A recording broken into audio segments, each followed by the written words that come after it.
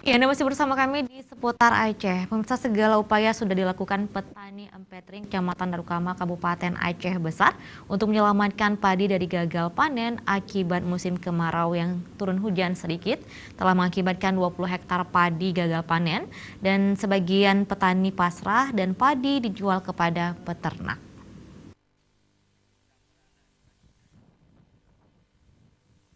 Sebanyak 20 hektar padi di Kampung Empetring, Kecamatan Darul Kamal, Kabupaten Aceh Besar, mengalami gagal panen akibat sedikitnya turun hujan di wilayah tersebut.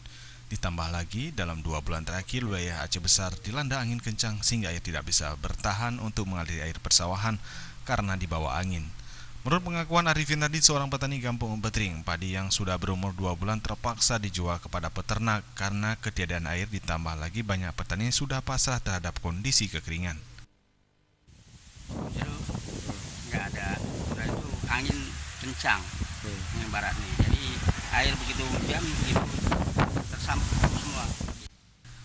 Kondisi kekurangan air sering dialami petani pada saat musim gadu di kawasan tersebut karena biasanya pada musim gadu petani lebih mengandalkan air irigasi karena lebih sedikit turunnya hujan.